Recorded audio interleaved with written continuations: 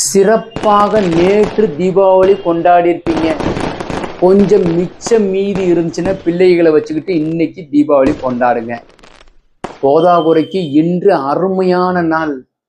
அமாவாசை மீதம் இருக்கு. மாலை தான், நேற்று மாலை தான் வந்திருக்கு.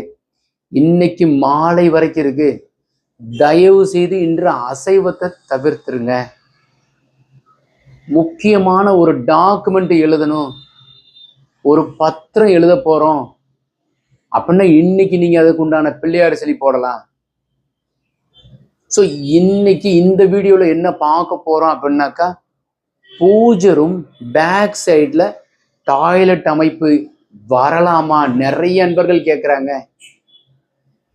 பூஜை ரூம் கன்னி மூலையும் ஈசானம் சார்ந்து இருக்கணும். இது எதற்கு பொருந்தும் அப்படின்னாக்கா, உதாரணத்திற்கு ஒரு கிழக்க பார்த்த வீடுன்னு வச்சுக்கோங்க, ஈஸ்ட் ஃபேசிங் வீடு.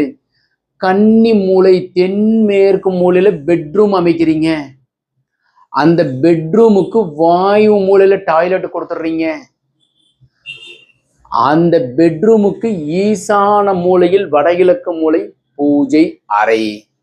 அப்ப பூஜை ரூமுக்கு பேக் சைட்ல டாய்லெட் இருக்கும். இது நிறைய நண்பர்கள் பிழையா எடுத்துக்கிறாங்க. இது அப்பார்ட்மெண்ட்டுக்கு பொருந்தும், தனி வீட்டுக்கு பொருந்தும், பெரிய பங்களாவுக்கு பொருந்தும், எல்லாத்துக்குமே பொருந்தும். இது 4 திசைக்கு இந்த அமைப்பு ஏற்படும். கிழக்கு, வடக்கு, தெற்கு, மேற்கு, ஈஸ்ட், வெஸ்ட், நார்த், சவுத்துக்கும் இந்த அமைப்பு நீங்க கால்குலேட் பண்ணீங்கன்னா சரியா இருக்கும். கன்னி மூலை பெட்ரூமுக்கு ஈசானத்தில் பூஜை அறை, கன்னி மூலை பெட்ரூமுக்கு வாயு மூலையில டாய்லெட், இந்த அமைப்பு ஏற்படும்.